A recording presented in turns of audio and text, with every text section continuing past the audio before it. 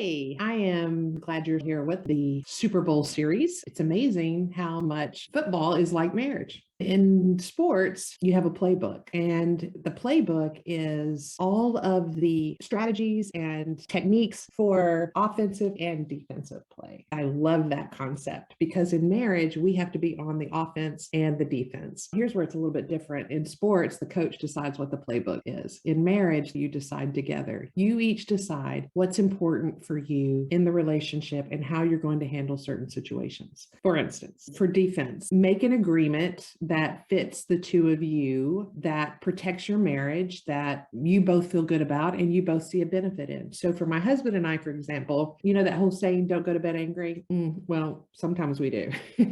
But we know the relationship's not at risk. We know that we can go to bed angry and be like, I love you, but I'm mad and I don't want to talk about it tonight. That's an agreement that we have. That's part of our defensive moves because we know that we're so dysregulated, or I'm so dysregulated, that we're not going to have a good conversation anyway. And so I want us to sleep on it so that we can actually make something productive out of it.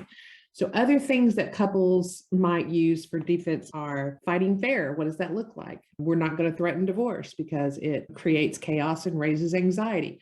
We're not going to leave the house mad and not talk to each other, or stay gone for hours and not know where the other one is. Or we're going to make quick repair when somebody's mad or upset or hurt. Those are some ideas about defense. And what's great about it is it's not a therapist idea. I mean, we can give you some great ideas of things we know that work, but for your marriage, it needs to be something that works for the two of you. And you get to not only decide what it is, but you two have to figure out why it's beneficial for both of you. Somebody may be saying, I'm not going to agree to that because I like storming off and not talking for a day or two until I calm down. But if that's not good for the marriage, then it's not good for you. You need to be able to present an argument and defense for that so that your partner has the buy-in as well. On offensive plays are strategies and techniques that keep your marriage in a healthy spot. Sometimes we just coast, we automate, and we get in habits and routines. We don't make time for the things that really give a punch to a relationship to make it better because one, we think it's too small, it's not really that big a deal, or we just get so tired and overwhelmed, we don't make the time. Some examples of offensive play. So my husband and I, we try to have flirty, playful time on a regular basis. That's something that we have to be mindful to do. So if I'm in the kitchen and the music's playing, then maybe he'll come in and be like, want to have a dance?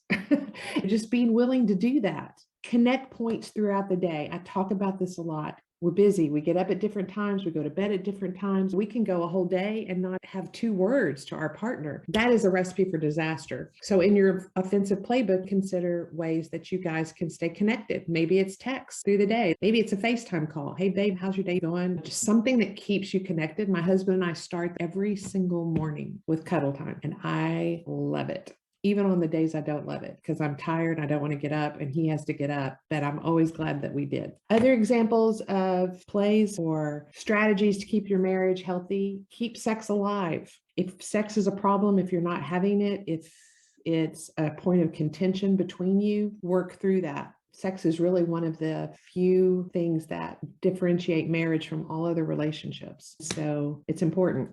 You and your partner come up with some offense and defense, create your own playbook. Make sure that you're not trying to enforce something your partner doesn't buy into as well.